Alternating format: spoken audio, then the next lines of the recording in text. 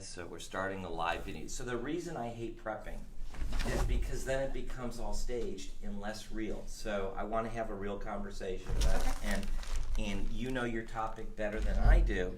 We've been here before. Hey, welcome to Doc Talk Live. Let Corey get started too. So trying to grow this thing. I'm with Renie Moss. I've been with Renie before. Renie is with AGHI, Alabama Genomic Health Initiative. This is sort of my follow-up show. I've got my results. Okay, it's all backwards and upside down. Does that work better? Because I'm flipped so I can see. Just to go back, several months ago we did a doc talk, and the point of the doc talk was that Alabama has a program for 3 years or 5 years, but there's 3 years left. Right. See, you're going to see how much I retain. It's okay. It's on here. Has a program for 3 to 5 years where people sign up for free and they get their blood drawn, and it basically, it's not 23andMe. It's not going to tell you where you're from or what your heritage is. It's more about screening for genetic diseases. It's finding diseases that you may be at risk for. Now, certainly we don't have the technology right now to screen for everything, otherwise you would. But there are certain technologies, like let's say breast cancer. There are certain breast cancers that we know are genetically linked, and probably people already are getting screened for BRCA, BRCA, already through their OBs and whatnot. Some people probably, if there's a family history and their OB/GYN probably knows about that, they might make that recommendation based on a family history. Right. Yes. So some people are being screened for these things already. Right. But there's a lot of things on this list that I've never even heard of, frankly. And so this is the list of diseases that y'all have screened me for. Correct. And I'll read this list in a minute. But if you can prevent problems, you should. So like yesterday I had my colonoscopy, which I hate. Good for you for doing the screening though. But I don't want to die of something that's totally preventable. That's exactly right. I don't want to die of colon cancer. I don't want to die of prostate cancer. I don't want to die of something I can completely prevent with screening. And so here's an opportunity to learn a little bit more about if you have a genetic predisposition for diseases at no cost. Yes. This is free. And the reason I wanted to do a follow-up program with you is that, to me, the feedback that I was getting from the show is, oh, well, this is dangerous. Y'all are going to take our health information and sell it. I'm not going to be able to get health insurance. I was amazed at the amount of anxiety that I was picking up on, the trepidation in terms of. I was surprised, frankly. I was surprised, and so. More than anything, I wanted you to discuss that with us and how y'all deal with sensitive health information before I go any further at all, okay? I think that's a great conversation and one that has been had and is still ongoing with the study. So when the Alabama Genomic Health Initiative leadership team was put together, one of the fundamental parts of that is a bioethical working group. And that's led by Dr. Mariko Nakano here at UAB, Dr. Stephen Shotake, who's the director of the Bioethical Institute at Tuskegee, and Dr. Tom May, who's with the Hudson Alpha Institute for Biotechnology. So any questions that are common when it comes to genetic testing or research projects involving sensitive information like DNA and your biospecimens and your data, this is the team that helps us make sure that we are communicating as honestly and transparently with participants about what we're going to do with the All right, information. so what are you going to do with the information? Okay. So sure, the first thing we're going to do is do exactly what we say. We're going to return results to you if you've consented to receive them. Which I have, Yes. right? Okay. So it's going to look at a number of places on your genes, and this is a genotyping. So this is not a completely deep clinical dive into your DNA. This is a screening, and so in your letter we reference what we're looking at. These are my letters, right? That's right. I have the information. I'll let right? you share those if you want to, but Good. it's looking at points on your genes that are very well known and very well documented in research that are associated with a higher risk of potentially developing a disease. There is no guarantee you will develop that disease, but these are regions of your gene that research knows are associated with potentially with a higher risk. Like here's one, hypercholesterolemia. That's right. So that's fascinating. Doesn't mean I'm not going to have high cholesterol, but this would tell me if I have a genetic predisposition to hypercholesterolemia if I had this gene PCSK9. And I have a friend who has a hypercholesterolemia condition outside of having known that through the Alabama Genomic Health Initiative. He runs marathons. He is in incredibly active shape, but he has hypercholesterol. He's done everything he can from his diet and his health, but he simply has a genetic predisposition. So he's followed differently than somebody who wouldn't have that by his doctor for prevention and care for him. So that's really what it's giving you, information that you can do something about in terms of prevention or potentially treatment if you were to develop some of these conditions. All right, before I get back to some of these conditions, because they're interesting, I want to knock out how we can make people feel secure about their data. Sure. So, there's no completely 100% way that anybody can say that your information is going to be foolproof. But in our consent process and in all of the structures that we put up, we've done everything we can to create as least risk possible. So your DNA is not going to be sold. It is your blood and your biospecimen and your DNA is kept here at UAB in the Shelby building. It's locked, part of the CCTS, the Center for Clinical Translational Science lab. It is kept for future research that is only accessible with an institutional review board approval. That means that if somebody wants to conduct research, they are only going to be able to access the data and the specimens from participants who tell us that they're comfortable, that I approve you to use this. So you may remember in your consent process, you were given that option. Yes. I do want to biobank and share my data, or no, I do not want to So we're not biobank. going to run into a Henrietta Lacks situation. Yes. Right? Yes. So we've already had one research project that has asked for access to this data. 92% of our participants are consenting to share data and share research, and also as part of that, consent for recontact for research projects that may be of interest to them.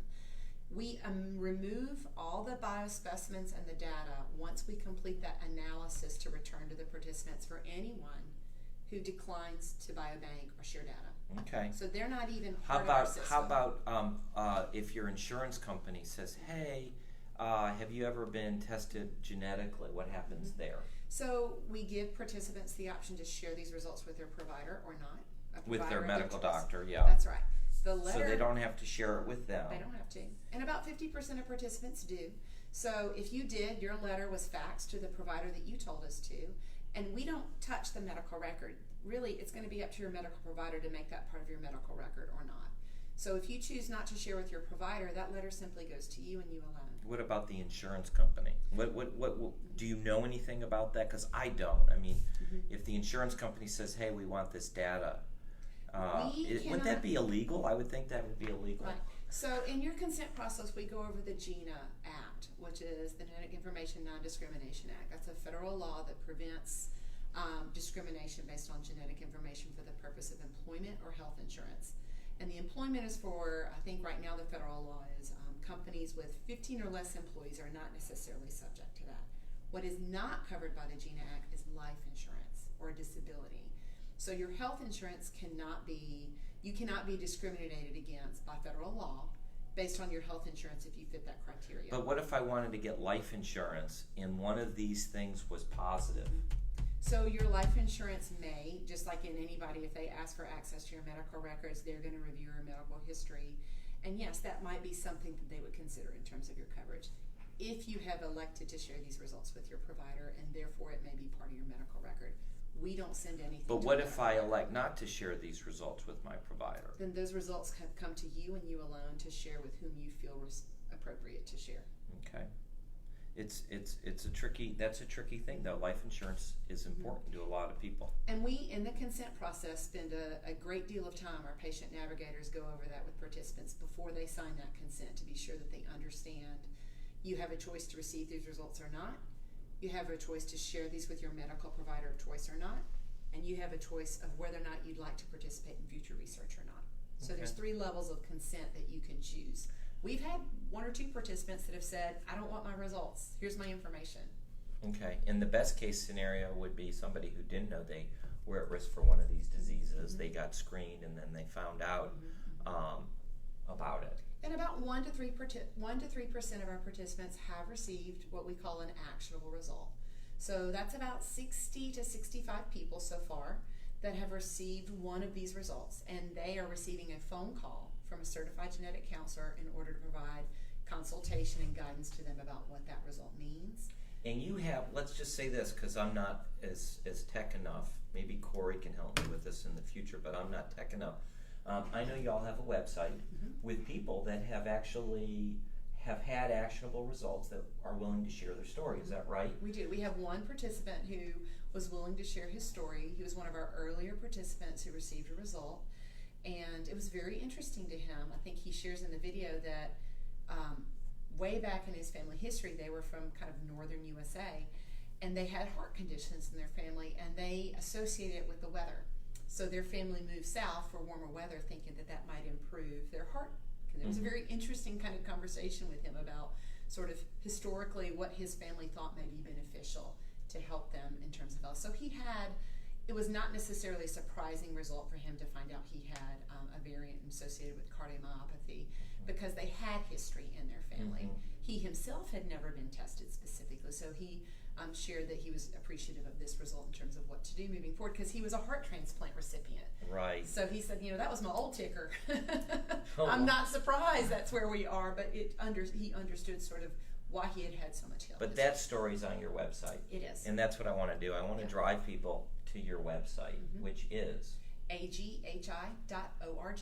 Okay, and I put that on the show. Okay, now I guess I'll share with you some of my data. Okay, so this page reviews your genetic test results. Below you'll find a summary of your findings. In the sets of genes tested, we did not find any gene differences or changes that have been linked to high risk to develop a disease. However, this does not mean you will not develop any disease in the future. It also does not rule out having a genetic risk factor for disease, even in the genes we tested. Okay, so there's your disclaimer.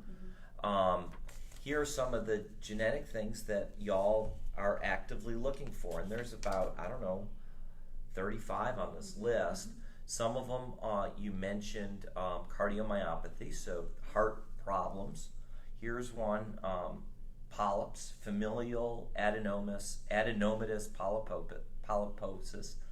Wow, I bet I can't say that fast. And what I say is a lot of people, if you don't know what it is, somebody who has had that history, their eyes are drawn straight to that because they know that's something that may be in their family history or personally have been affected. So high cholesterol is on this list, so that's got to be very common. Lynch syndrome is something that people may be more familiar with. It's associated with the colon cancer risks.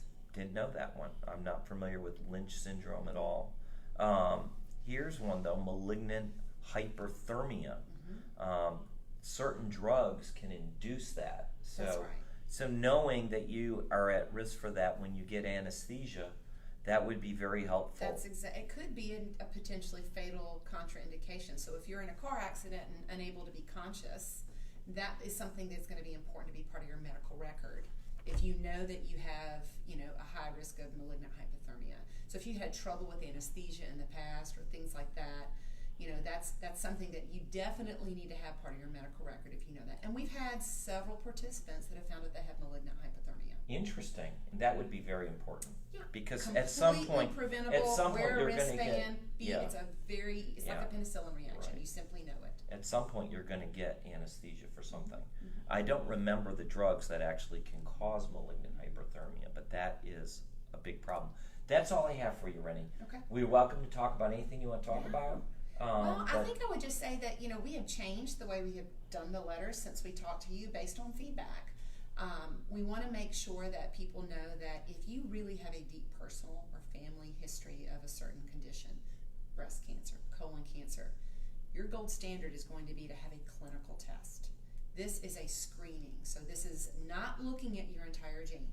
It's looking at points along the gene that, like I said, we know are associated with a high risk of disease.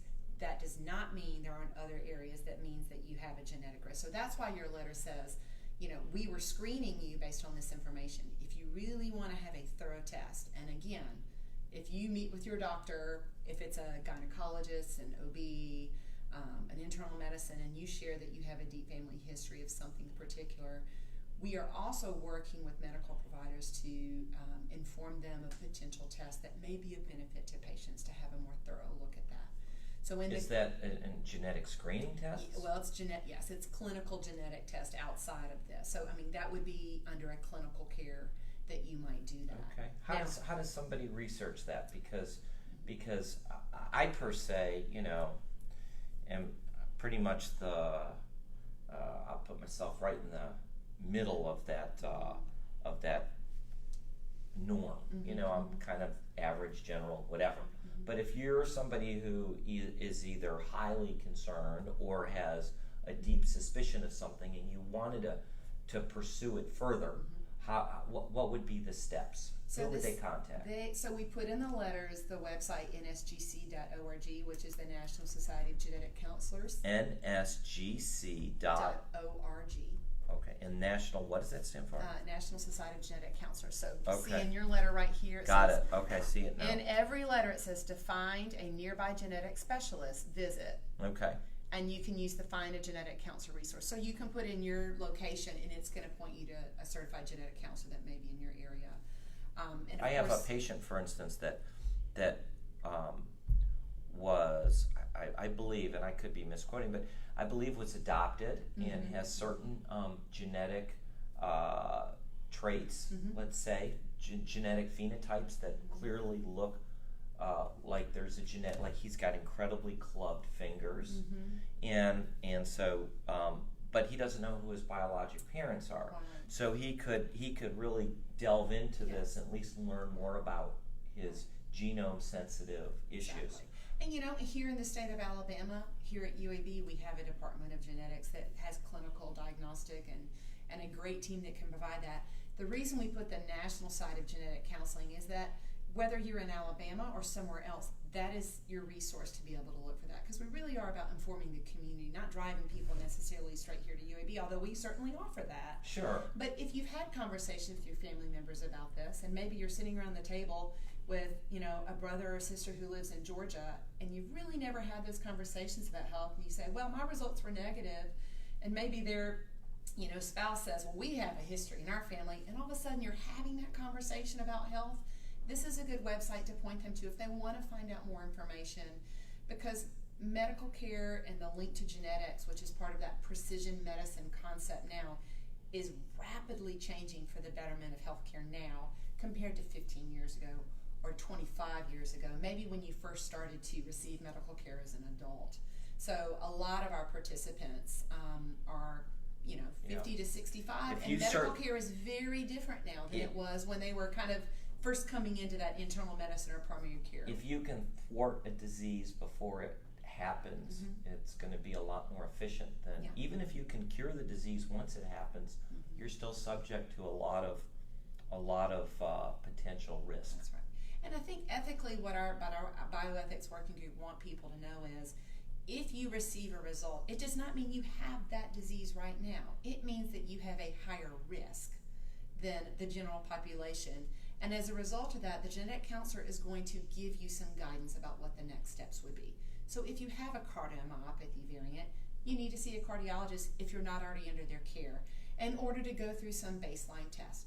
if you have a higher risk of breast cancer, if potentially you're found to have a genetic variant associated with that, you're probably going to need to step up your mammograms earlier than 35 or 40, Right. which is what is I currently just the kind of standard. feel like breast cancer is a lot more, people know about it a lot more, so they're more in touch with the BRCA genes, and that stuff is probably done, but people aren't aware that there's so many other things that y'all are actually screening for free. This is all free. That's right.